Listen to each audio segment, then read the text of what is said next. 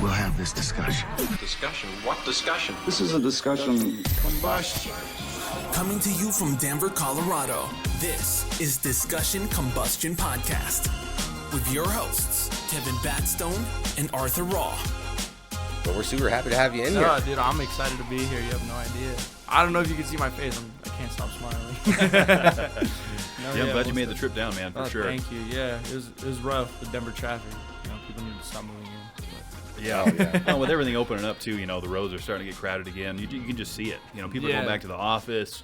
You know, it's starting to get heavy out there. But it is. And you said you were up in Evergreen, so you had a little hike to get down here. Yeah, I was up in Evergreen at work. So That's quite a commute. I mean, you're going to be going quite a ways there.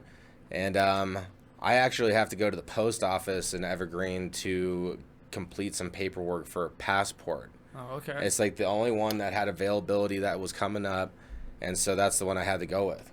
Yeah. I had to do the same thing. I had to go to a post office to get my passport stuff worked out, but this was before the backup. Now it's just insane. You know, the waiting time is crazy to get in there. So, yeah, you know, Evergreen's a pretty town, though. I like it up there. It's awesome, dude. Like, the people there, they're just so great. You know, they're just so nice. It's a small community, so you're not too stressed with so many patients, but it's awesome. It's really awesome to, like, be part of the community, you know what I mean? Like, you know, you get to, like, interact with people. I think that's the really cool thing about it, you know. And I also work in Idaho Springs, too. Okay. You know, but I live in, like, the Green Mountain area, so it's like like only like 12 to 14 minutes away. Okay. So it's not too bad. Unless I-70's jam-packed. Oh, yeah. You know, with those semi-truck accidents, always happens. Oh, yeah. Yeah, or wintertime. Yeah, don't get me started with the snow, man. Well, it's God crazy. bless the truckers, though, because I work in logistics, you know, so. Facts. Let's go. We need them. We do. I have a lot of uncles that are in that with their CDL, and they're all like, trucking and stuff. They're always out and out of state and stuff, so respect to my CDLs out there. It is a rough industry, but, you know, very necessary for sure. Most You definitely. know, and I know there's a huge shortage. You've seen it in your business. We're seeing it coast to coast. Price increases, you know, shortages. You see the grocery stores being impacted. It's crazy. Yeah. It's really ridiculous, like, but, you know, hopefully we'll get into a better time in the future. I think so, man. We just got to kind of hang on. You know, we're along for the ride at this point. Yeah. You know, I say that we could find that good time right now. I would like to have the energy of, like, an overly optimistic person. And, like, I got my own demons that I battle, and everybody does, right? But whatever I try to project, I try to do something that is going to, like, because when you say it out loud, it's a different energy. Yeah. So even though we're dealing with all this stuff, everything's happening, man. Life has really been throwing a lot at a lot of families, people across the globe, heavily since the pandemic. And it was tough before then, too. Like, who's kidding who? You know? So, like, there's still a lot of beauty in every day. And even though the chaos is there and the good is there, they're both consistent. Yeah. So, like, that's the inner battle. Like, let's choose to focus on the right thing. Yeah. That's going to bring us to a place where we're a little more, because you still got to battle, but then you just take a break and look at the clouds. Yeah. I guess. Exactly. I think, honestly, with, like, the whole pandemic thing and, like, all the thing that happened and all this chaos that's going on right now, I think all of us needed it, you know, because our lives can be taken like that. You know, you just never know what's going to happen tomorrow, you know, because just picture, like, post-pandemic, you know, like pre-pandemic, like how happy our lives were. You're just interacting face to face, you know, and then all of a sudden you're just separated from the world. Yeah. You're just in your own home and you're like, well, what do I do now? I can't go outside. You know what I mean?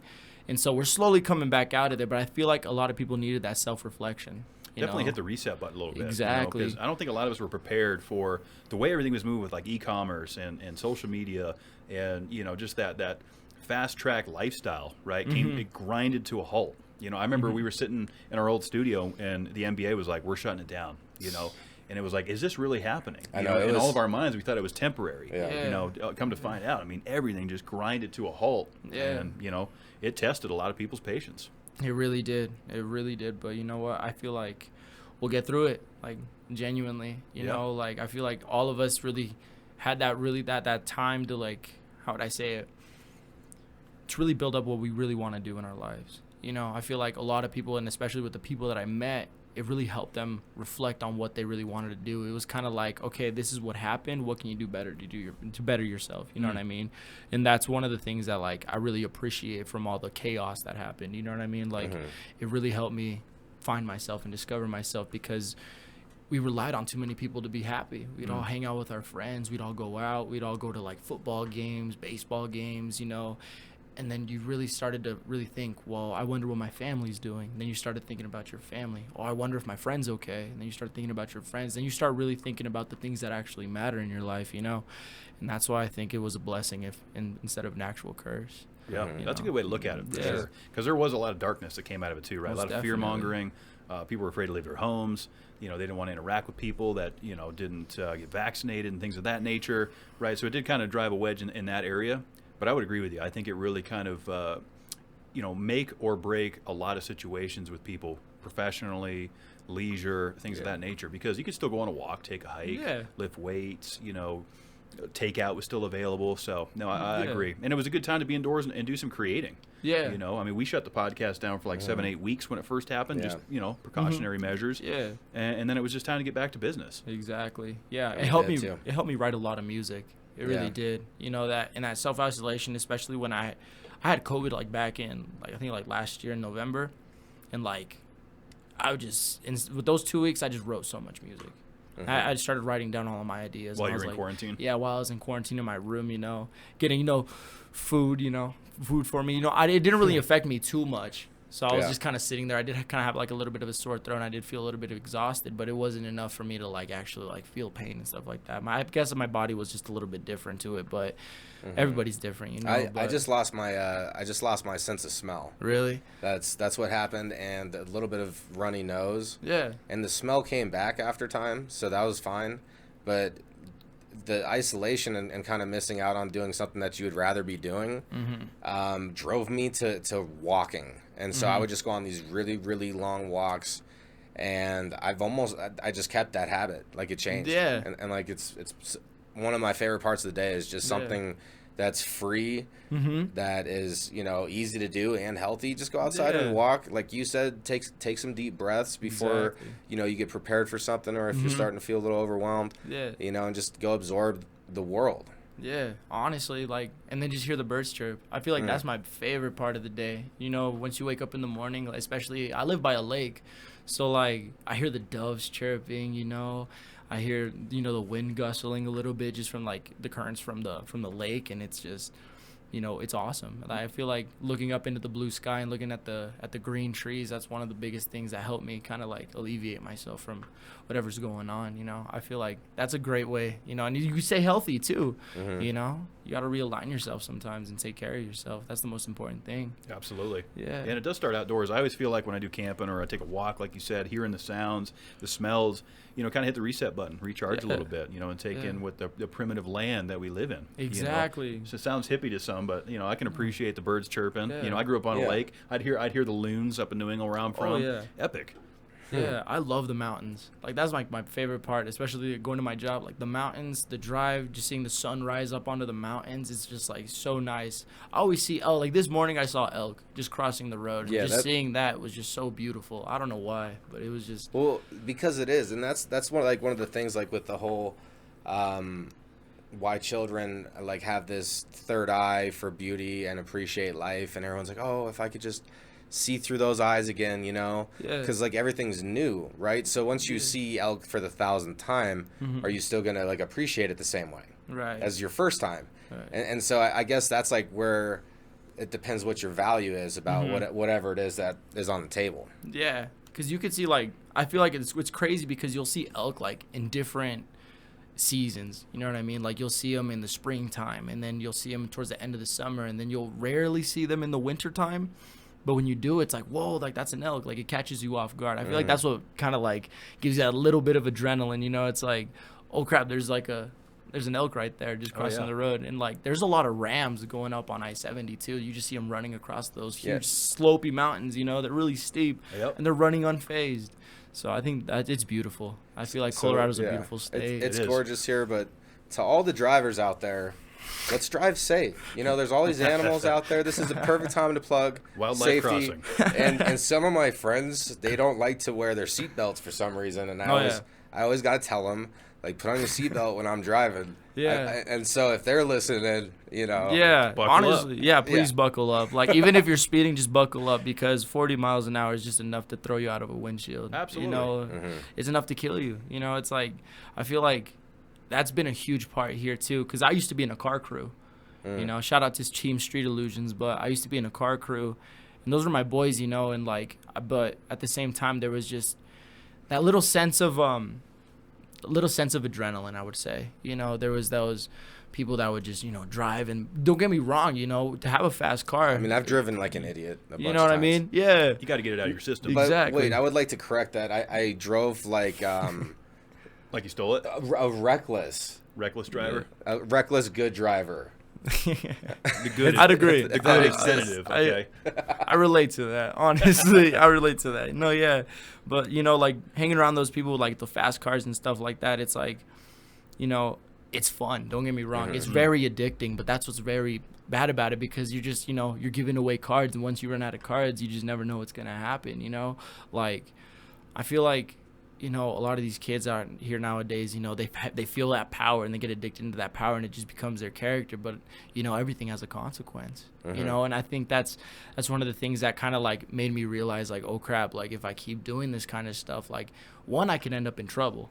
I can lose my license or go to jail. You know what I mean? And, like, that's the one thing that, like, I kind of didn't want to do, because, you know, especially at my age, I really don't want to do that, because I still have a lot ahead of me. Yeah. You know, but, you know, it's one of those things that, you know, you just kind of have to really be mature about it, and, you know, kind of really dictate for yourself, like, do I want to go home to my family, or do I want to get pulled over, you know, or do I want to wreck into somebody and they won't get to go see their family, you know? And that's the one thing that, like, really kind of scares me, I would say, you know, because I do see a lot of these nice cars flying on the fast lane, you know.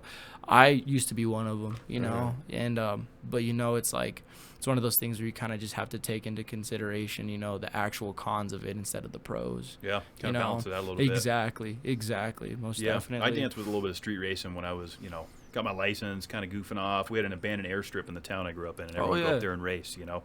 And it was a lot of fun. I kind of got into that Fast and Furious mode a little bit. Oh, yeah. Because that movie came out in a time where I was in high school, and it was like, you know, we'd pull up to the movie theater with the underglow on and the rice burning exhaust. You know, it's fun. It was fun. But you're right. You know, kind of balancing, is this worth the risk? Exactly. You know? And some people get carried away with it. Yeah. But shout out to my boys out there that are, you know, in those car crews and stuff, because it's not easy to manage all those things, you know. And it's kind of cool, because it's not even just that that scene that's just like all racing and stuff like that, but they actually have a really cool community. Like, genuinely, like, if you go to, like, these car crew meets and stuff like that, they're actually genuinely cool people. Like, they'll compliment your car, you know, they'll walk around. There's a huge gathering of people, so not all of them are bad. It's just that select few of bad kids, just like in elementary school. There's just a select few of bad kids that ruin it for the rest of for the people, you know what I mean? There's always gonna be a couple bad apples. Exactly. But for the most part, with the car crews that are going around, you know, at least here in the city, you know, they're trying their best to, like, bring a community for cars, the appreciation of cars, what you have under the hood, or what you're trying to build up to, you know? I think cars are gender neutral too. Like, everybody can love a good automotive transportation vehicle. You know, I know that you have the electric cars coming, and it's even in NASCAR now. No, it's coming in NASCAR. It will be. It's going to be a separate series. Yeah, so it's interesting, though, because cars, like, bridge so many different gaps. Yeah. You know, who doesn't love to admire a cool truck or whatever it is? I know so many girls that drive some really nice cars. Oh, you know what I mean? Like, I've seen, you know, like, in my time, I've seen definitely, like, some girls that know how to do burnouts. You know what I mean? Yeah. So shout out to those girls that have fast cars. You hear me? Shout out. Yeah. Mad respect to them, too. No, and seriously. I'm a huge race fan. Yeah. You know, when I'm not doing this, I have Mash the Gas podcast, which is a whole racing show. Yeah. And I love it, man. I've been around it my whole life. Racing, it's exciting. I love the sport of it. And, you know, for me, I don't look at the male and female aspect. You know, I look at Haley Deegan, who I have so much respect for coming up in the stock car world. She's a fantastic driver. We've seen it in drag racing. You know, you either have it or you don't. Right? Exactly. I mean, it's like a little bit like musicians almost. Yeah. You know, you have it in your blood, you know. It's not necessarily something that can be taught. Like, I've seen racers just natural talent, man. Yeah. These young kids, I'm like, God damn, you know, it's unreal. Yeah. I have a couple of friends like that. Like, they're just too good to, like, be on the streets. I'm like, you need to, like, relax, bro. Like, you're a little too good for my liking, man. It's scary, but it's cool. You know, everybody has their niche, though, and that's the beautiful thing about individualism and chasing goals. Yeah. So, like, I had a music itch, a major one, when I was around 11 years old, and that's what really spearheaded my creative gene. Yeah. What's your journey like on all that? Like, when did you first kind of realize that was what you wanted to pursue? Music-wise? Yeah. Oh, I think Or did it start somewhere else and turn into music then, or? I definitely say, like, I started writing as early as, like, I started with literature, I would say. Back in elementary school, I'd write my own stories. Then in middle school, I would start reading a little bit more, but I hated reading, so I'd only read, like, the first couple of chapters. But then once I got into high school, I started getting interested in my language arts classes, you know, and then I started just like writing poems. That's honestly where it all started. And then I just remember my friends were like, oh, like we should make like some music and see what we can do with it. So like they'd be like, but I don't know where to start and stuff like that. I was like, well, let's try a poem and then just throw a beat on it. And then we ended up doing that. And then, you know, from then on I started growing. But then once I got into like my senior year, that's when I started like, you know, growing pains once you hit that 17 to 19 range, you know, and then I started writing out a lot of my things. And then once it wasn't until college where I really started to discover my actual talent to write songs, you know, because they were at that time, they weren't that good, like, you know, but to me they were, because, you know, I was writing the real feelings and stuff like that. And once I started like learning from different artists that I would listen to every day, and started like, you know, seeing their style structure in their music. Like I would look up Genius lyrics all the time and just study their structures, especially like, you know, and it wasn't even just in rap music, you know, it was definitely kind of evenly spread out. Yeah, I mean, there's great talent in every genre, and I think every genre is good, and there's just, you know, bad music in every genre as well. There's like a little bit of both, you know. So there's always you could always appreciate, and I guess that's like kind of could be a choice, like what you want to appreciate and stuff. And did you also like do freestyling at all? Was that ever something that was part of the creation? I actually got made fun of like when I was in high school. Like when I tried to do it, they're like, "Oh, you're a tryhard," and I was like, it kind of stopped me from there. So that's why I kind of was super scared to like actually like express myself. But once I started getting into like I would say like recently, I would say like this past year, that's when I really started to believe in myself and be like, okay, like let me do this. So it wasn't until like this year, I would say, where I really started to try my freestyling stuff, you know, and that's how I'm starting to record now. Like I kind of separated myself from writing, and now I'm just pushing myself to try to freestyle it, like trial and error, you know, just consistent, you know. When you could get some good lyrics, like it was, I always like once the beat was done, you just go over it one time with a freestyle, like you're like, oh, this beat's so hot, like we just made this new fresh beat, and then you hit it with a freestyle, and then you kind of use that as like, you know, where did my melody go? Because I feel like when freestyling, like it's like you naturally will start riding the beat a little bit, like wherever it's taking you, and then so there could be some like gem lyrics in the freestyle that you wouldn't have necessarily thought of while writing. Yeah, I don't know, like I don't know how to explain my freestyling, because it's vocal. It's weird, like the vocal notes that you would hear, like when I showed you guys my music, like I freestyled like a lot of my vocal songs, like because I don't know, for me it's like I picture the song in my head how it would sound. So, you know, when you go like whoa and like all this, like I just pick up on that, and then I just say a couple of lines, and then I go back into like a build up, and then I just, you know, from then on, that's kind of what I do. It's weird. I don't know how to explain it, if I'm being honest with you, man. Like it just works out for me, you know. I feel like, but that's one of the things I feel like that makes me different, and it makes me, you know, comfortable with myself, you know. I'm like, okay, I'm not trying to copy this person because I kind of sound like myself, but I do take influence from that, you know. I feel like that's one of the cool things about doing your freestyles, you know. You start discovering things that you didn't think you could do, you know. There's a lot of accidents that I've had that I just ended up keeping into the song because it just sounded great. You know? Those are the best. Exactly. You know, accidents happen for a reason. You know what I mean? So make the best of them. Exactly. Yeah, it's like Bob Ross used to say, we don't have accidents. We just have happy little situations. Yeah, literally. Shout out to Bob Ross, bro. Bob Ross was the man. Yeah. I love Bob Ross. I love his attitude. But honestly, that's what's fun about talking to creative people, you know, especially in music, because Art and I both have a musical background. I did a little bit of country music, some guitar playing. You know, for me, and that's why I like listening to how people write. Because I always find it's always a different story. You know, everybody finds their way of doing it. And, you know, for me, it was, you know, I would strum some chords and then just hum, right? And then usually my lyrics are very tear in your beer, kind of hillbilly country music shit. That's what would naturally come out, and I kind of got stuck in a rut with that, and things started to sound repetitive. And that's what was kind of fun with working with Art, because he's created so much great content on the rap side, and him and I can kind of bounce some ideas off each other, and freestyling included. We used to do the freestyle files here at DCPC, which we haven't done in a while. Yeah, I mean, we get down, we'll like put on some of the hardest beats we could find, and just say what's on our mind, and it's an emotional experience for me. Honestly, freestyling is something that's like really helped me through a lot of difficulties in life, because you're overthinking something, or if you don't have a place to put your emotions, right? Like you need a place to put it. If you like write it down, or freestyle, or paint something, or like however you need to do that, like,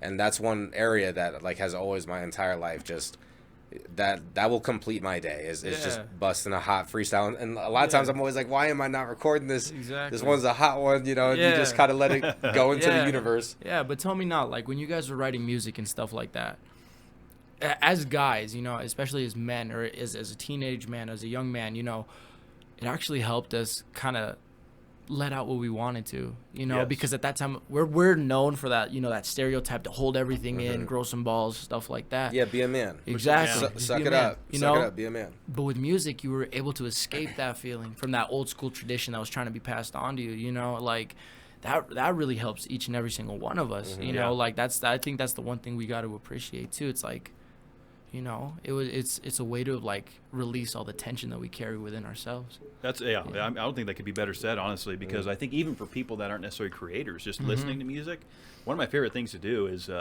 just put on, if I'm angry, it's usually obviously heavy metal. If I'm feeling sad, it's country music, right? There's always something that can scratch the itch that you're looking for. Yeah. And so like as a listener, I can understand, really feeling the vibes of how the songwriter was trying to make that happen. You can feel the emotion behind it. It's poetic. It's therapeutic. And then when you write it, that's even better too, right? Because now you're taking these real life experiences and you're writing it down in a poetic, and with rhythm and in time.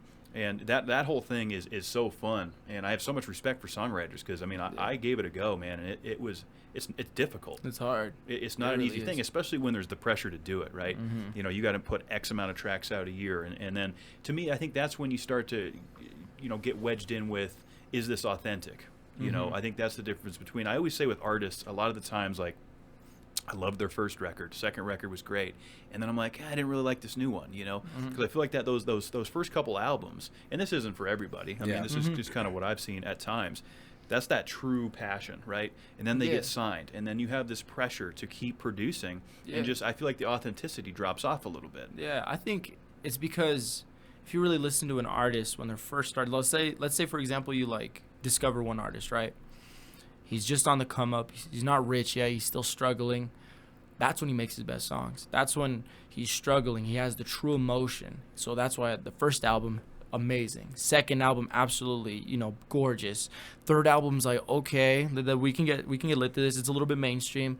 Fourth album, he's making a crap ton of money, or she's making a crap ton of money. And then that's when you're thinking, whoa, wow, like what happened? What changed? It's because my grandpa had this saying, especially, and I'll just use this as an example with boxers.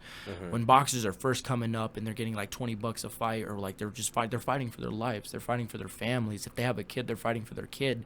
But once you have all the money, what are you fighting for after that? Like you already got your goals, you already got what you wanted. So that's why they just kick back and relax more than actually push to themselves to that other level, because there's no need to anymore.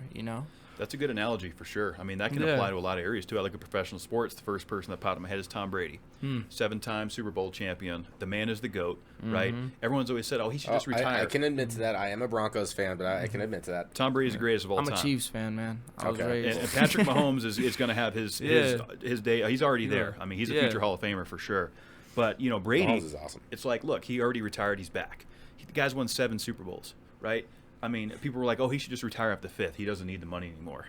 The 6th, he doesn't need the money anymore. Tom's not really doing it for the money. He does it because he has the love for the game. That passion's still there, and he's still at that level. Like, playing how many generations that, like, that's the thing that's so crazy. Like with musicians, I really appreciate those kind of musicians, those athletes that can survive different generations of youth.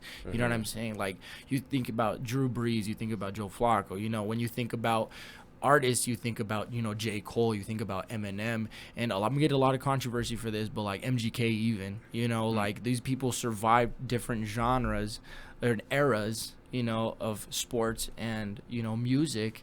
And a lot of people don't really think about that. Like, how do you think they stayed relevant? Because they worked. Well, they just didn't. It's being comfortable making yourself uncomfortable, which is yet another DCPC cliche. But it's like these things are for real though. Like if you just get complacent, like, okay, I succeeded, like, and you did, and you should pat yourself on the back, like, congratulations, you accomplished that goal. It took like 5 years, so that deserves a reward. But it's just like once you get to that point, then it's you can't just be like, all right, I made it. Like, you can't just coast then. Like, you have to keep moving, you have to keep doing something and use that success energy immediately instead of like playing it off for a couple years or not continuing like working as hard as you would normally work. And so my mentality, I say this frequently, but I like the quote is, I don't look at it like work. It's not work to me. I just made a promise to myself that I'm going to be productive every day. And so whatever productivity means to me that day, that's what I'm going to do, but I'm going to get something done. And, so that's how I feel about it. That's awesome. Yeah. No, yeah, I definitely 100% agree with you right there. Like, especially with, like, on my side as well, like, it's my escape. Music's my escape, especially from, when you're working hard throughout the whole week, you get to go into a safe spot where you can be really yourself. It's kind of hard, at least with me, it's like I'm living two different lives. I feel like that's it's the weirdest way to say it, because your people, when you're working, they see a different side of you. They see that, not, I wouldn't say the perfect person, but like they'd see you as a good person. They'd see you as a hard worker. They'd see you as a co-worker. But then when I get out of like work, I'm living a different life. I'm networking with great artists, and we're networking with a whole kind of different people and putting myself in uncomfortable situations, and I do get that like little bit of a stressful side with myself, but at the end of the day, I love what I do, in both sides. I love helping people, and I also love making music. I feel like that's the one thing that, makes me me, is that, I don't really talk too much about it, but it's really hard to really chase one dream, in the medicine, and then chase another dream in the music, but when you're doing them at the same time and giving it all you have, I think it's really cool, but it's also it's not easy. It's true commitment. Exactly. That you got to see through. Hey, commitment yields results for sure. Exactly. And I can tell your passion behind it. I could tell when we read the email that you sent us, to inquire to be on the show. That was well composed. Thank you. I wanted to shout that out on the air, because when we read that, it's like, this is not somebody just like, hey, I want to come on the show. You're like, here's multiple paragraphs as to why I'd like to come on your program and promote what you're doing. I mean, you can tell that you're very passionate about what you do, and I think that goes a long way. Thank you. Especially in the creative world, right? We're in a saturated market, so to speak, and when you can kind of not necessarily set yourself apart from others, but really just believing in yourself. That's what I gathered from that. And I was like, we got to have him on the show, right? I mean, and here you are. And I'm so glad I appreciate you reached out. No, thank you guys for seeing my email, man. Like, honestly, I was really scared to even send it. I was like, are they even gonna respond to me? Like, I was just having those second thoughts, and I was like, you know what? Like, what else do I have to lose? We're cool dudes, man. Yeah. We're just some good old boys, just having some Budweisers and shit. Drinking some Bud Lights. Some Bud Lights. Well, as Wayne Gretzky said, you miss 100% of the shots you don't take. Exactly. I mean, like, I'll look at every opportunity that comes across my plate, but I won't take every opportunity. But I'll like feel it out and see what's going on. Yeah. But I do appreciate, from something else you were saying, is how you come across being humble, right? And I feel like that's like an important quality when you're doing something that affects a lot of people, because no one's better than anybody. Nobody. And so that's the best part of staying humble. And I gotta say, your fan base, like, they seem like super there. Like, everybody like has been loving what you're doing. I love the music, and it's like it's fun to see kind of it growing and being a part of that.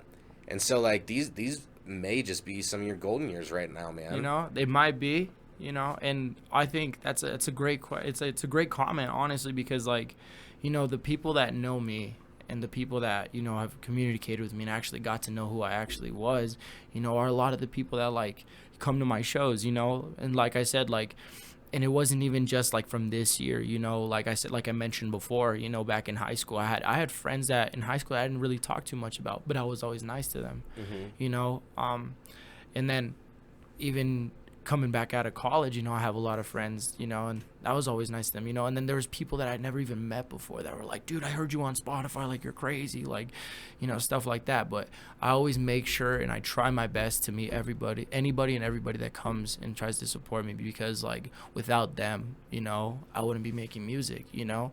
I wouldn't have anybody else to try to relate to, you know. And I think that's the one of the coolest things about, you know, music. You get to interact with people like that actually love the music, and then they are actually like love you, you know. And, you know, shout out to my family and all my supporters, you know, like, you know, they just put a smile onto my face every time, you know, like every comment, every like, and for me, like likes and views don't really matter at all. For me, it's did you like my song, did you relate to my song, and how did it help you? Yeah, you know, that's solid mindset. Right. Exactly. That's a mindset for success for sure, right? Because you're doing it because you're passionate about it. You want to help people. You put your blood, sweat, and tears. The sweat equity is there. That is the ultimate goal, I feel like. Yeah, it is. It really is. Like, I don't know. Like, I think one of the biggest dreams that I've ever had was just seeing a huge amount of people just like, and their flashlights are out, and just like, I'm just there in shock. Like, you know, like I feel like that's one of my biggest goals right now, is what I really want to touch is that moment where you just look out into a crowd and just like, wow. We about to rock this exactly. MFer right here. You know what I mean? Yeah, like exactly. You know, like, and I've slowly got little glimpse of it, like little, how would I say it, like little Fruit Loop trails, you know, and you just get like a kid where you just like throw Fruit Loops on the ground and you just like, I feel like that's what I'm getting right now at this point, you know. And I'm very confident that I'll keep growing, you know. I feel like I'm slowly going to reach my prime, but I still think I'm in that phase of development. I feel like, what I say, and when you were mentioning, you know, nobody's better than anybody, I 100% agree. I appreciate people that are better than me. 100%, you know, especially if they're younger than me, you know. I appreciate that, you know. I embrace that, you know. I love respect the successes. Exactly. You know, and then that creates the success energy. I like to get on a rant about that one specific. Go ahead. No, I do a lot, is what I'm saying. But I could do it. I could do it again. But it's the success energy. Like if you spend your energy noticing other people's successes and being happy that they've succeeded, then what you're gonna do is you're gonna create that thought in your mind. Obviously there's a other side of the coin where people are like, oh, they're successful, they don't deserve that, or they don't earn that, and that's where they're focusing their energy too, is just on, you know, not wanting this other person to have the success that they have. And so when you start doing it the right way and focusing on success and appreciating, even like, I don't like all the music out there, sure, but like, I'm still gonna celebrate for them, like even if I don't like the music or whatever it is, or like the movie, like that art, that they're still growing from that. So that's my little rant on success energy and why it's important. I'll piggyback off that, because I think it is important to support, you know, local talent and, you know, genres that are not necessarily confined to whatever it is you're doing. I mean, we both saw that, being that, you know, we dance with music a little bit. You have a lot of different musicians. I mean, when I was playing with the Ridge Runners, I had a whole audience of metalheads and bikers, you know, that were used to hard rock, and it was like, this is kind of interesting, right? And so it's just showing that respect, I feel like, and remaining coachable and being able to handle constructive criticism, because I think there's a big difference between constructive criticism and hate. Correct. You know, ask my manager Miles. Shout out Miles over there. Shout out Miles. Shout out to my boy Miles. Miles been Dolo Station, baby. Him and his team of producers. Shout out to Driz and B-Boy, you know, and all the boys out there. You know, they all tell me the truth, and I think that's what I love about it. Like, you know, that's why I'm Del Real. It's my birth certificate. I love the real. You know, I love the truth. If my music sucks, tell me. If I can do better, tell me. You know, I feel like that's what a lot of artists need, is that backbone to say, okay, I sucked. What can I do better to do it? You know, I feel like I'm slowly starting to build up to that. I am hard on myself. Don't get me wrong. I do tell myself like, oh, I can do a lot better. I can do a lot better, you know. But if I keep telling myself I can do a lot better and never release music, I'll never be where I want to be. Sometimes you you know? just got to send it. Exactly. But the whole muse in music, like to have the feeling to the urge to create is, you know, muse. And it's tough when you hit a wall with that, especially with like lyric writing or composing beats or instrumentals, because it kind of has to hit you. I mean, some of our peers have told us stories recently like, oh, I had this great idea, but I was like, I woke up from a dream and then had to write it down immediately and stuff like that. So creating something is not always, you can't just force it into will. Like it has to kind of grow by itself to a certain extent. It's got to marinate. Yeah. Taking all the seasonings. Yeah. You know, really give it time to develop. Now you're making me hungry, man. I'm just thinking of some ribs. But yeah, no, you're right. You're right. It does take time. It's and that's what's beautiful about music is that you grow with it. You know, it's not only just making songs. It's you're writing this song because of this reason, and now you're gonna make this song because of that reason. You know, you start growing your character, you know, and who you actually are as a person. Then you start self-discovering, and you're like, wow, did I actually write this? This is actually really deep. I know the story behind it. And then you start pushing yourself to do something else, you know, like it's a weird feeling that. It's fun playing it back though, because there is that surreal moment where it's like, you know, it's because it's like a piece of you. I think writing lyrics is a great way to tell stories. Yeah. And I kind of got this whole idea from Tupac. Was he was like, yeah, like a lot of this stuff is stories. Like every single thing he talked about wasn't what he actually lived through, but he knew people that did and would share the story of those people through the music.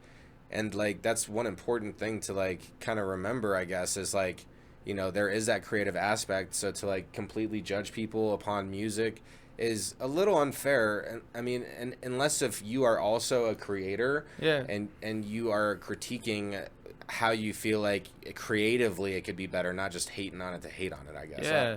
I don't know where I'm exactly going with that. No worries. No, it's like you're creating your own story. You're creating your own movie. Yeah. You know, it's like reading a book. You create that movie in your head. That's why like a lot of people that enjoy books, they don't like the movie.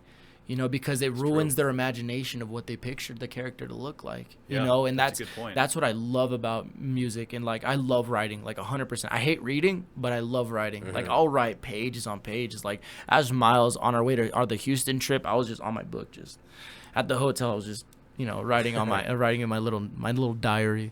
Yeah. but it's definitely one of those things that's like, you know, it helps, you know, and it just, you create your own world, you know, and I feel like that's the one hard thing about music is that you have to create your own world.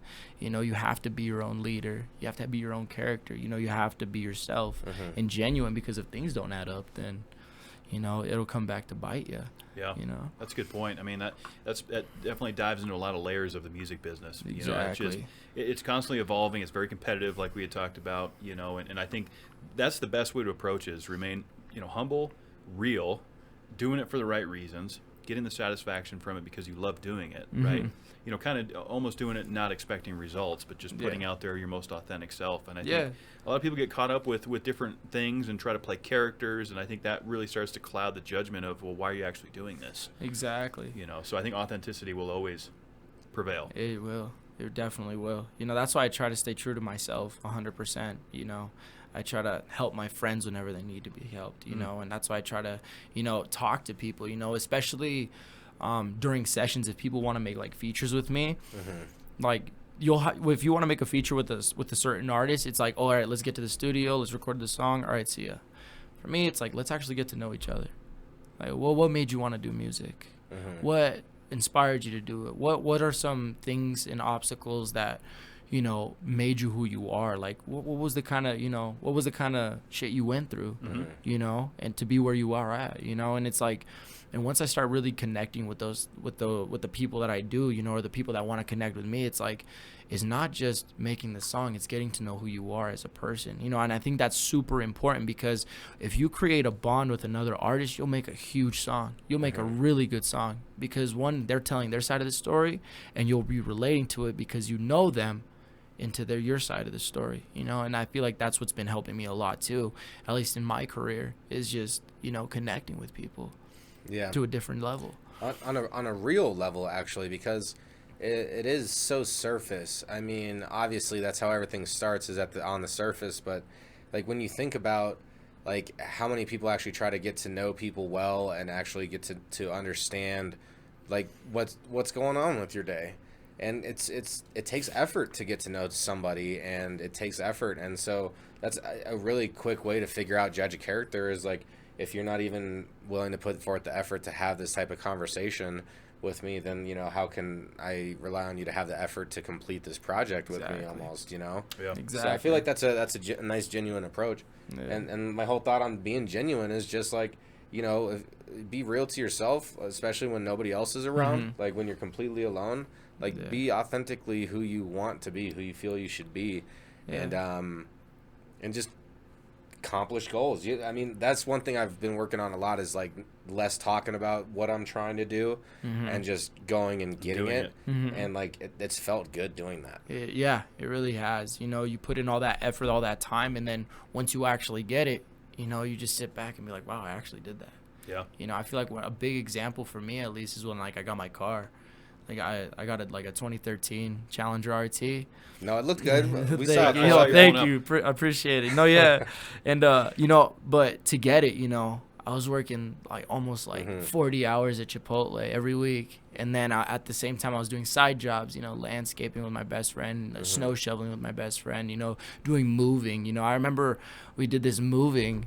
And it was I don't know if it was 16 hours or like 18 hours. I remember I started early in the crack of dawn, and then I got home at like 1 in the morning. And we were just moving from this like huge facility, and it was brutal. My friend's feet were all blistered, and I just remember myself pushing through that night. Like, I was like, we're almost done. Just a couple more drawers. And I just kept pushing, you know, because I just had that, you know, I had the Hemi in my mind, you know, like I just pushed myself, you know. The Hemi had me. The Hemi had me by the hand, bro. I was just pushing. But, you know, like it's those type of things that kind of make me proud of myself, because, like, you know, not too many people have the willpower to, you know, put themselves into uncomfortable positions. Right. You know, not too many people have the courage to stand up in front of a stage, in front of people that don't even know you. Are going to judge you. Exactly. Like for the Houston trip, man, you know, as Miles, I was terrified. Yeah. Absolutely. Like, you're in a different world, and I'm a family guy. I have a beautiful family. You know, I was missing my girlfriend, my best friend.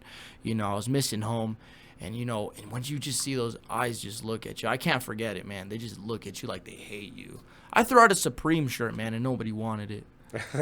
I threw out a Supreme. Look at me in the camera, man. I threw out a Supreme shirt, and Houston didn't want it.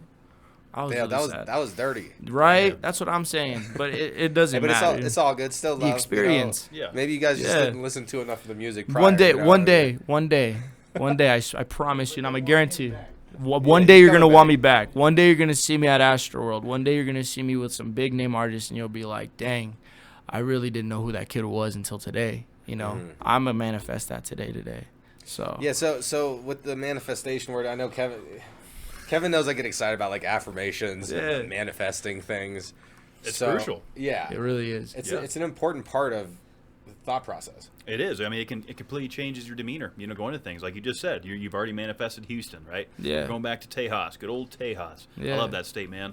A lot of fun down there. But, you know, those kind of experiences, I feel like, are what, you know, lead you to stay hungry and be like, look, hey, this probably could have gone better, but hey, it was still a good experience. You had fun. Exactly. It was epic. It was a good road trip. Exactly. You had some time to jot some things down. I got to get closer with my people. Absolutely. You know, and I got to know that feeling of being alone, you know, away from your family in a different state, you know, that'll probably hate you. You know what I mean? But it was one of those things that, like, that really shaped my character, because I was like, is this what I really, really want to do? And I look back at it, and throughout the whole car ride, because we drove out there, like, I was just thinking, like, I want to do this. I want to make sure that people know who I am. I want to make sure that I want to get everybody smiling and jumping, you know. Like, I want to make sure that the next time I go out of state or somebody else, they're going to love me, you know. Like, even if they don't, I'm going to make sure that, like, I love myself first before anything. But that's step one right there. Yeah. Here's my guesstimate on the whole Houston thing is you did make people love their evening and time, their night. You know, because there were definitely people out in the crowd, I guarantee, that had to have been feeling that. Yeah. You know, so it's just like, you know, because there's always going to be noise, right? All the time. There's always noise. There's always naysayers and can't doers or excuse makers. We see it weekly here. Yeah. The haters are the motivators, bro. Exactly. And like Miles said, he's like, bro, your set wasn't even that bad. It's because I was getting in over my head. You know, I'm very hard on myself. Well, very. We tend to be our own worst critics. Yeah. And you know, you want to master your craft. You have so much passion behind it. I totally understand that. Yeah. You know, I think we've all been there, you know, listening to tracks back that we've created or maybe a podcast that we've done. You know, it's easy to be like, fuck, I should have done this or looked that way. But as long as you're, you know, you took the stage, you grabbed the mic, and you gave it your best. Exactly. What else is there? Yeah, my third song was crazy, huh, Miles? I hit those notes like crazy. It was right at that point. That's when I remember like the tone of shift when people just kind of looked at you and they were like, okay. Wait, what? Like, He's like, why didn't you do that in the first song? You know what I mean? Like that's kind of like the vibe I got. But you know, like I definitely broke down. Like I definitely had that moment where I was like, dang, I could have done so much better. Like I know what it's like. Like I know what I can do. You know, but you know when you're going off no sleep, you know, you have to get ready in like what was it, like 10 minutes, and we had to get out of there, you know, like it was just all in a rush, you know. It's preparing. I feel like that happened for a reason because it's going to prepare me for what's going to come. You know what I mean? I feel like that's the way I'm looking at it, you know. Sure, it wasn't the way I wanted it to be, but I'm glad it happened because it really showed me what I really need to prepare for, what I really need to do, like just in case, you know, because I really like to be a step ahead, you know. So knowledge is power. Exactly. And experience, you know, is going to help that along for sure. Most definitely. I mean, we've seen that on this side too. You know, doing 154 of these now. You know, they haven't all gone smooth. Yeah. You know, 154. They haven't all been smooth. They just haven't, you know. I mean, we've seen a lot of hiccups. We talked about it off mic a little bit. Yeah. You know, and I think that's to be expected. You know, challenges and problems they're going to be there. Always. Whether we're performing or whatever, I think it just comes down to just showing up, right? Exactly. Step one's being there because you want to be there. Yeah, you got to show Doing your up. best, taking the mic, having a good time, right? It's like working a shitty job sometimes, you know. Even though you don't like it, just push yourself to do your best because at the end of the day, you're going to get a check, right? Yep. You know? And the bigger goals in mind, right? Like you said, you were busting your ass because he had that Hemi in mind. Exactly. You had that goal and you got there. Yeah, Because it takes hard work. It takes sweat equity to get True. what you want. Yeah. So Most true. definitely. Yeah, I mean, you worked today and then got here. Yeah. You know? The hustle never good old stops. 10-hour. Yeah. It was, you know, and I'm not tired. I feel fine. Yeah, you you're know, good to go, man. Yeah. This shit's not going to be handed to us, bro. No, not we at gotta all. go earn it every single day. We got to wake up Exactly. tomorrow. We got to hustle just as hard as we did today. Exactly. You know, and it sounds cliche and it's easy to say that. People are like, oh, I don't want to do that. I'm just going to sit on the couch and watch Netflix and all this stuff. And look, man, I'm tempted with that shit too. You know, but Ozark was great. We're built for more. Ozark Yeah. was good. I actually did enjoy Ozark, but that's a side topic. But look, everyone in this room is built for more, right? Because Most we want it. We have Exactly. dreams, we have a vision, we have a plan, and we have a method of attack, and we're gonna go fucking get it every day. And that's what it's gonna take, man. Exactly. You just can't give up. The most importantly, you can't give up on yourself because the people around you are going to give up on you, but you can't. You can't give up on yourself no matter what. You have to stay true to yourself because I like to say this a lot, but you're going to be by yourself in your coffin crossing your arms. The only thing that's going to accompany you are the cushions on the wall. You know what I mean? So, you know, you just got to focus on you. You got to do what you want to do, you know, and pursue what you want to pursue, you know. But there are going to be those responsibilities that you'd have to, you know, take care of course, you know. But at the same time, I truly believe if you truly believe in what you feel and what you want to do, you'll get it. But it just takes time and patience, you know. Time and patience. Yeah, Because absolutely, man. Only the universe knows when you're ready. You're speaking our language Oh, right I like now. that I'm feeling sentence. it. That might be Universe that knows might when be you're the, ready? Yeah, the quote that might be the quote that I remember most from this one. Hashtag the universe knows when you're ready. Oh, I like that, Exactly. man. Yeah, That's yeah. true. And you know what? I'm going to kind of coin one of your phrases that you like to say, Art. Everyone's on the chopping block. Anyone could be subject to be eliminated at any moment. Exactly. Anyone that's going to stand in your way, anyone that's going to give you problems, right, that's going to drag you down and put a cinder block on your feet, you don't need that. Yeah. Right? We don't need that. There's no time to be soft. We don't have but, that like, time. You can be a nice person and like treat people with respect and be loving and kind. But like if you can't defend yourself either though and like stand up for yourself and correct things in the way that's gonna be suitable. You'll get taken advantage of. Yeah. So it's like there's that balance of like your inner beast, you know, and I like that whole that. Even it's like preaching a little bit, but like I like that hype up stuff where it's like we all have an inner beast, and like just let it off when you need to. Exactly. Like and that stuff's fun. It's a lot of Yeah. fun because it is empowering, and when you empower yourself with that sort of thought process, It projects in your body language. It projects in what you do next with your day. Like, I'll be thinking some stuff like that, and then I'm like, well, I'm going to go do something productive right now, like go stand out back at least and get away from the screens, because I feel like it's good to have social media, and there's many great things that come with it, but at the same time, like, humans, to be happy, need to be away from that stuff. We can't let it consume our days, you know? Human interaction, Human interaction, exactly. What we're doing right now, sitting at this table, none of us are looking at our phones. I know I say this all the time on this show because I can't drive that point home enough. We got to put them down sometimes. You know, I understand what we do, what you guys do. You know, we need to be on our phones. We need to be interacting. We need to be doing post. And so it's like when we can find time away other than sleeping, right? Because that doesn't count. We need our rest. But even then, like, you just lose sleep because, like, oh, I can't sleep. Let me just see what's going on Instagram. That's true. You know what I mean? I think that it's always there. It's always there. I think that's one of my I'll admit it. Like, that's one of my biggest addictions is just my phone. Yeah. You know, when I'm eating and stuff like that, even my mom calls me out on it. You know, and I'm like, you know what, like. Maybe I honestly, like, right now I probably need to take a break from my phone. You like, need to honestly, be real with yourself about this. Yeah. No, you already know. Yeah, I mean, I've been trying for probably 6 months now to be really conscious of, am I gaining anything from what I'm looking at on the screen right now? Like, does it add any value to my life? A lot of times it's no, and I'll be like, oh crap, it's no right now, and so I'll put my phone down.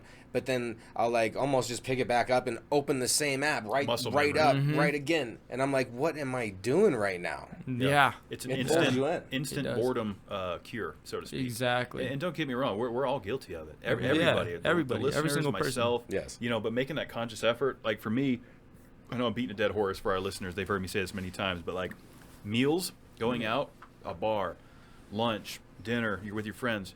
Either leave the phone in the car, or when, you know, our buddy started a good policy. We would take our phones and we'd put them in the middle of the table. Everyone would just stack them up, right? Unless there's an emergency, right? Because life happens, then you'd reach for it. But if somebody reached for it for bullshit reasons, they would pay for the tab. Oh, that is good. That is good. You know, because now there's a little I'd be the first to pay, Miles. Now there's a little skin in the game, right? Yeah. There's a consequence for it. And not that we should be penalized. Like, everyone should have their freedom to do it, but it's like, we don't need all that. Our minds were not built for constant notifications and calls and all this shit. And it's like, I catch myself getting frustrated when my phone doesn't work properly. Yeah. Like, I have electronic anger almost. Oh, dude, like that's like one of my weakest. Yeah. A text doesn't go through. Yeah. The email's fucked up. I can't make a call. Like, I lose my shit. Yeah. I'm so dependent on this piece of equipment. Yeah, I don't think people realize that we have the best computer in the entire universe. It's our mind. Yeah. You know what I mean? I feel like that's the one thing that not a lot of people, like, really think about, because if you really think about it, we have a conscious. We imagine things, we daydream of things, we dream things, you know, and we think of things, you know. We get to move, we get to control ourselves, you know. We get to. What do you think? What do you think about the subconscious network then? What do you mean by that? Like, so okay, so this is gonna be fun for like the open up, because you have your conscious, right, and then you have your subconscious, which controls breathing, you know, all that biological stuff, but then also records every thought, smell, sense that you've ever experienced, emotion.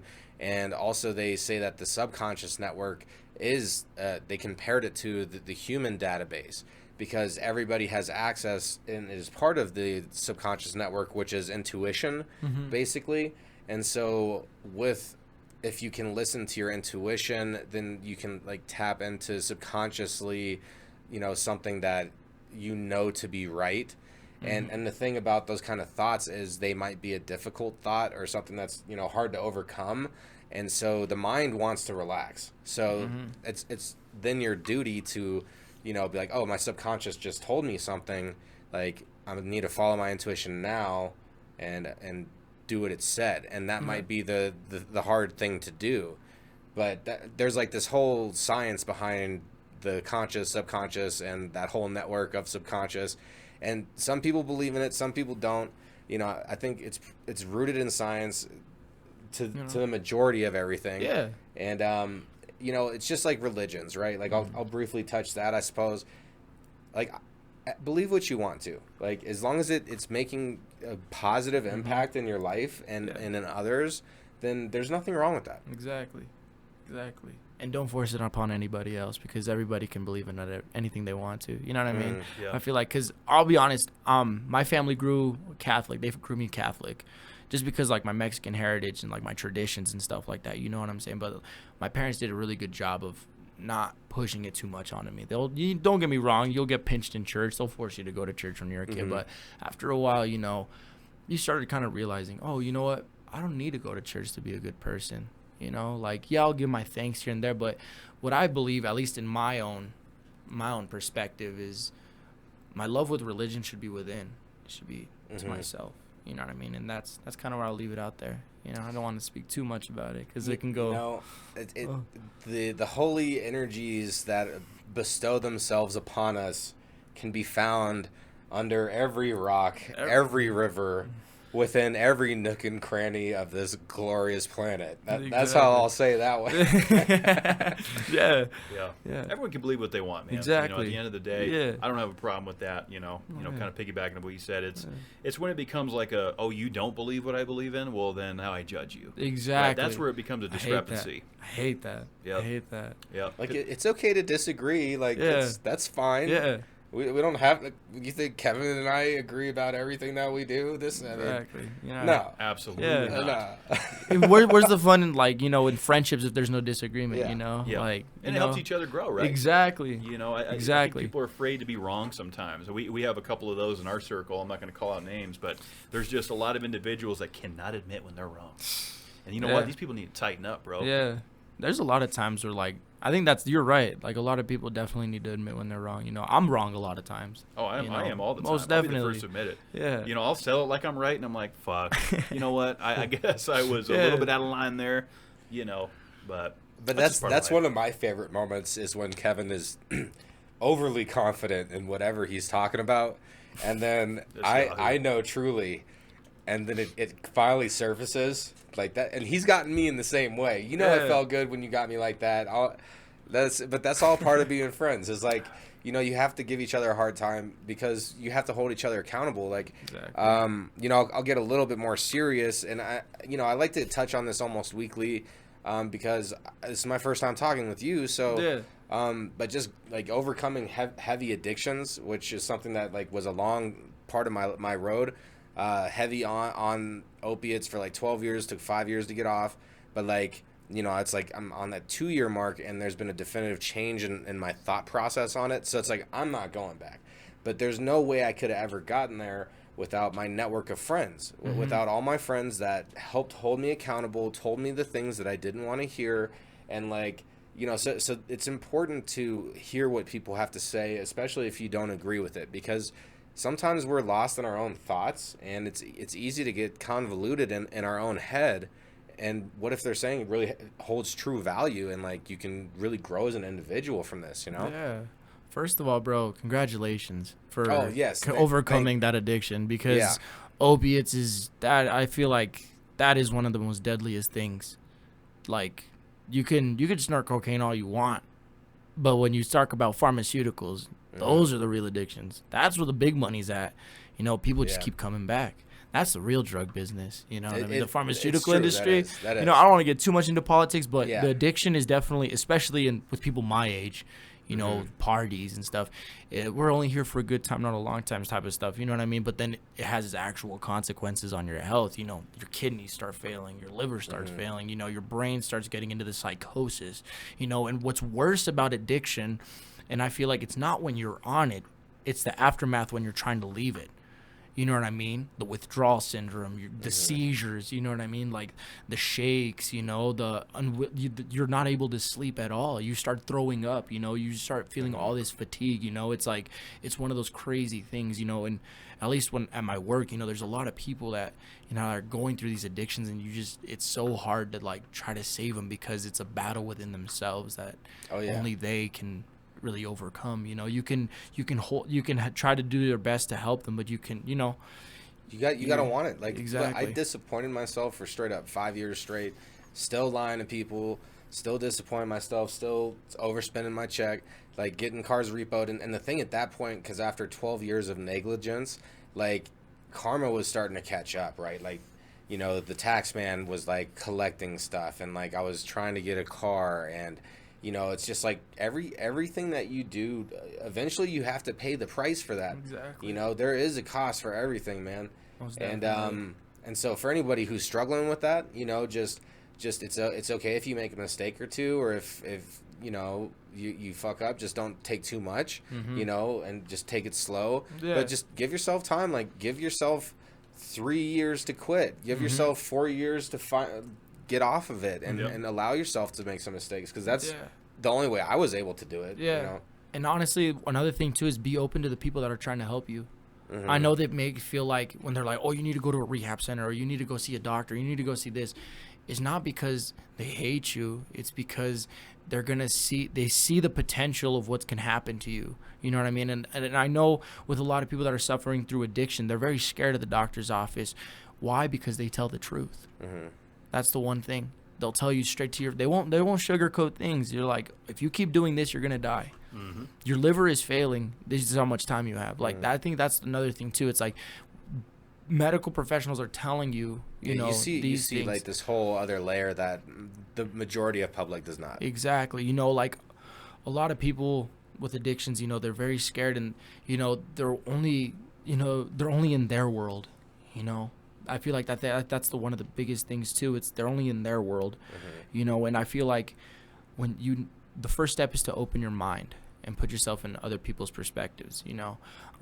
There does come a lot of self-guilt, a lot of pity, a lot of, you know, sadness, depression, all this other stuff, and that affects not only yourself mentally, but it also affects the people around you. That's why it tears families apart, honestly, you know. But when people actually try to help you, like with medical professionals and psychologists and therapists and stuff, they're really trying to break you down and to see what you're really thinking, what you're really wanting to do, what's your cause, what's the cause of the problem, you know what I mean? And like with you know, I feel like the best way to say it is just be open to the help, because if you're not going to be open to help, you're not going to be open to help yourself, you know. And it's such a tough thing to say, and it kind of gets me in my feels a little bit, you know. It's never an easy subject, man. Addiction has affected every single life. Through alcoholism, food addictions, whatever it may be, man, the list goes on and on and on, right? And so it's just like, you know, just be honest with yourself, be willing, like, I feel like that's great advice, be willing to listen to people, and just, you know, take your time with it. Yeah. I know Kev got something on it. Well, I mean, you can't rush these things, right? No, you can't I at all. Everything you guys touched on, I mean, you talked about 12 years, 5 years getting off. You know, I think step one is just realizing that, hey, I want to make a change. You know, I don't want to be this person anymore. And a lot of people struggle with that, you know, right out of the gate. Yeah. Because it's hard to admit when, hey, I'm struggling. You know, I need help with this. You know, look, I'm back in therapy. You know, I realized that I needed to make a change. And so, you know, that's something that I had to come to grips with. I'm struggling. All right, so I needed to tighten up. Yeah, and that's not an easy thing to do. Not at all. And not everybody's alone out there. I know a you lot have of to people face are afraid. yourself. Yeah, and it's not with just addiction. It's just in general, Yes. financially, at your work, with a family, like especially with the young fathers out there. You know what I mean? And the single mothers. You know, it's not easy. But you know, you gotta really believe in yourself and really actually push yourself, because, and especially with like the young parents out there nowadays. You know, it's like you have a responsibility now, and now you're raising a life. You know, and now it's your responsibility to raise them right, you know. And honestly, shout out to my boy Miles for that, because he's one of the best dads I've ever met in my life. Hell yeah, Miles. Fucking love you, bro. Solid bro. Solid lad for sure. Yeah. But yeah, like, it's definitely one of those things where you really have to, I wouldn't say be hard on yourself, but be real with yourself. Yeah. You know, admit you're struggling, admit your wrongs. You know, when I was in a fire academy class like 2 years ago, and my lieutenant at that time, he told us, each and every single one of us, to just look in the mirror. It sounds weird, and I heard it from Pops too. Like, he's a great guy. He was one of my friend's fathers from the car crew. He told me too, like, look in the mirror, reflect. What do you really want to do? Like, at first, the first 5 minutes, you'll look dumb. You know, I'll admit, you'll look dumb just looking at yourself in the mirror. But then you really start looking at your face. Then from your face, you start looking into your eyes, and then you start noticing the bags, and then you start noticing your shoulders, how they shrug, you know. And you just start taking a deep breath, and that's when you start thinking, oh, geez, do I really like my surroundings and myself? You know, do I really like the way my room looks? Do I really like, and then you start really admitting the wrongs that you've had in your life, you know. And that's honestly one of my biggest methods that I do every morning, is just look in the mirror for about 10 minutes and just meditate. No closing eyes, just looking dead at myself and just, you know, kind of reflecting, because that's what a mirror is there for. You reflect. Well, and also it's like you said, like we have the best computers that ever existed, and it's our minds. Definitely, yeah. And to look at life like instead of I am Arthur, I am a podcast. Like it's like I have a human body. I have a podcast. Like, you know, you change your perspective a little bit, and then, you know, looking in the mirror, you could be appreciating yourself. Like, you know, like I have all these gifts right now. Like I can walk. Like I'm able to, like, you know, busting up my ankle a while back. Like I was off my feet for a while. Like those 3 months or whatever, where I couldn't walk at the speed I like to walk at, and you know, my foot was hurt, my ankle was hurting and stuff. Like you start appreciating being able to walk afterwards, because it's like another cliche, of course, but until you lose it, you don't really know what you got. Exactly. So the more that you can appreciate and consciously appreciate what's really going on right now, like even this moment, sitting here talking with you, having Kevin Miles up in the room and everything, like I'm loving this moment, man. Me too. And that's it. It's about appreciating now. That's living, and that's living in the present. But you still gotta keep working on doing things the right way, though, because there are consequences. Exactly. Hopefully we all see tomorrow and see those consequences. There's no loophole. There's no shortcut.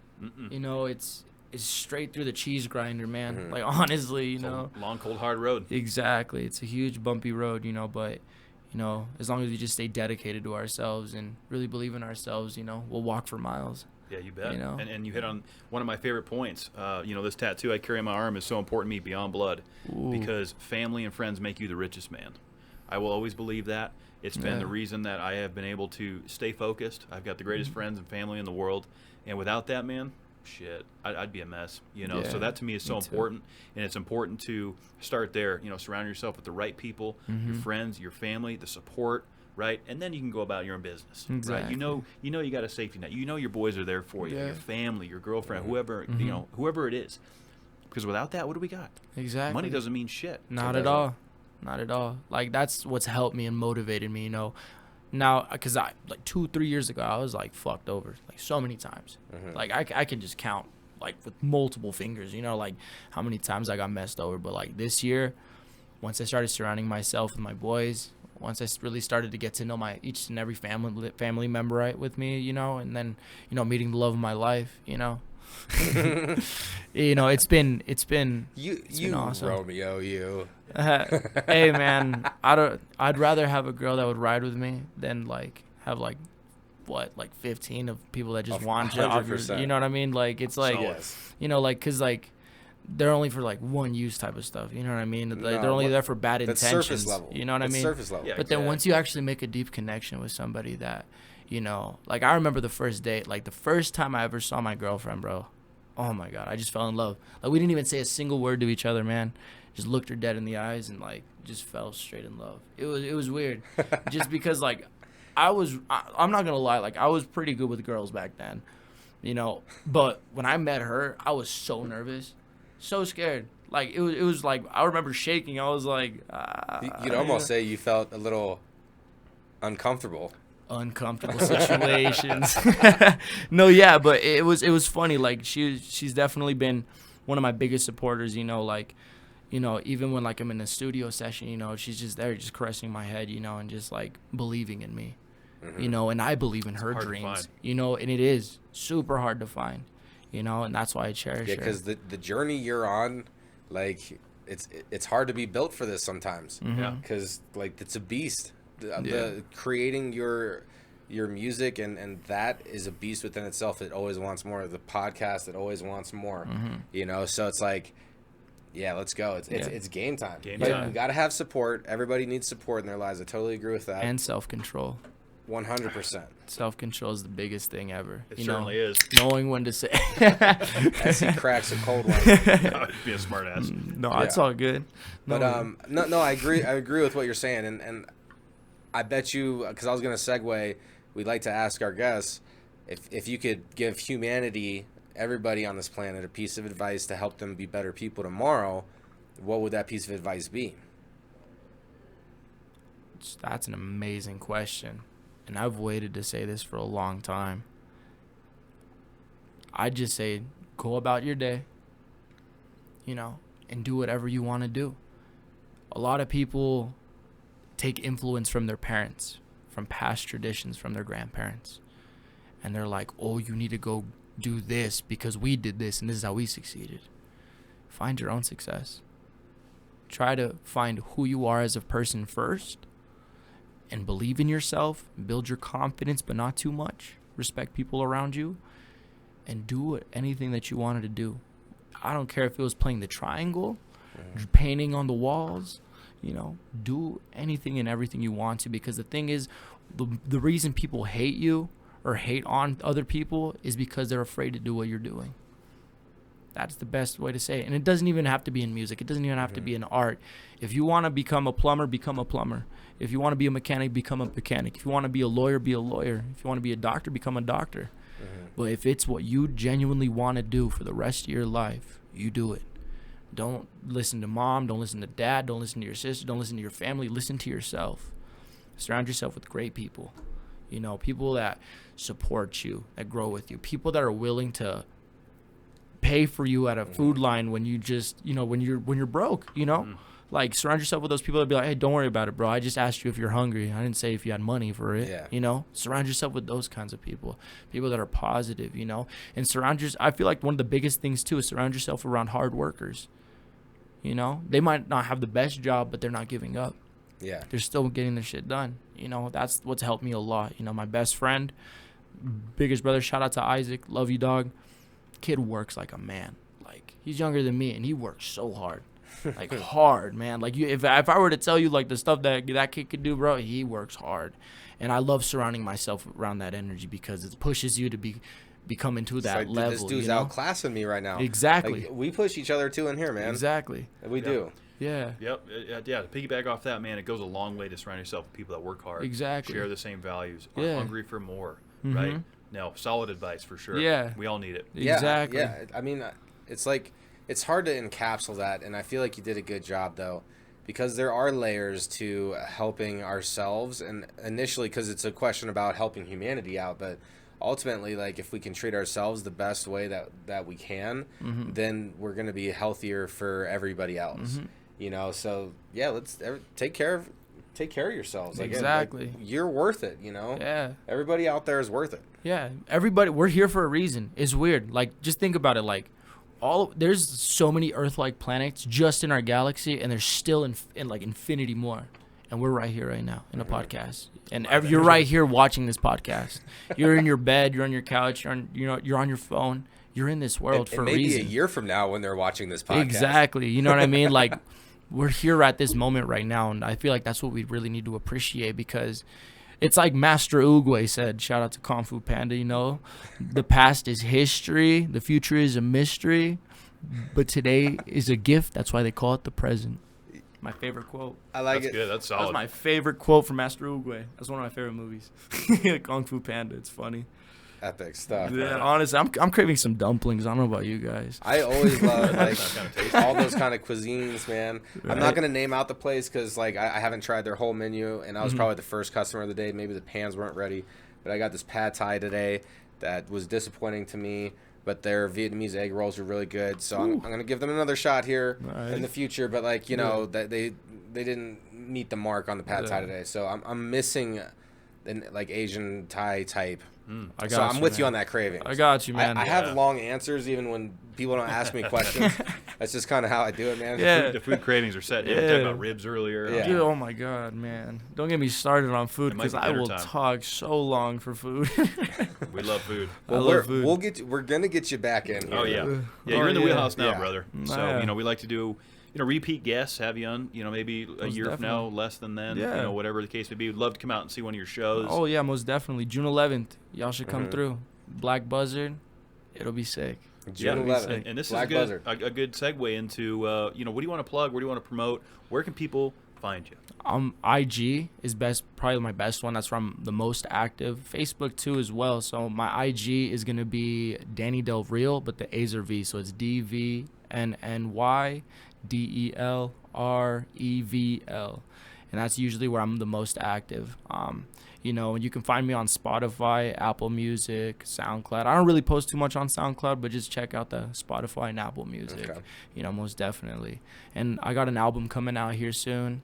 So, and I also have an EP coming out really, really, really soon. So That's hope super you guys- exciting. It's gonna be sick. It's gonna be awesome. That's most exciting. definitely. That's really But exciting. yeah, honestly, thank you guys so much for having me here, Yeah. man. Like it's honestly a blessing for real. Like, you know what you guys are doing for artists like me. You know, you're definitely helping us get to that next level. Most definitely, you guys are definitely a set in stone, a stepping stone into a new world that where we're gonna be in. So That's you quite a know, compliment coming Yeah, from. They- thanks for the a kind man, words, yeah. man. That's that speaks volume for sure. I appreciate Thank you you. saying that. No, And, of course. You know, we love to support local music, support local people. Yeah. That's what this show's about. It's an Any and Everybody program.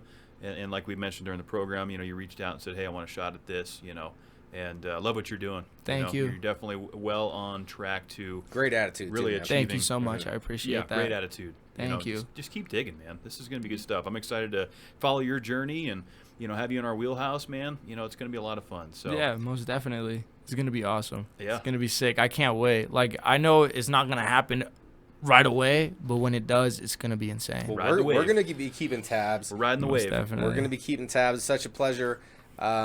Listeners out there, be good to yourself. You know, do the right thing for the right reason, even if it might be the hard thing to do, because we only live once. Like our man is Exactly. saying in here, we only live once, and so might as well make the most of your time. Exactly. And, you know, be good to yourselves. You know, you all deserve it for sure. We Everybody appreciate deserves it. continued support. You know, we're going to include all your stuff in the show notes down Thank- below. You guys know where to thank you. find it. Thank And we're you. going to do this again. Heck yeah, I'm so excited. It's oh man, I don't know. I can't stop smiling. It just feels crazy. Like I don't know. Like I never thought of myself being on a podcast. Honestly. First, you we're crushed first it. of many. We're going to be the First of first of many. many, You man. First of absolutely many. crushed it, man. Thank you so much. I really appreciate it. I love everybody. I really do. So.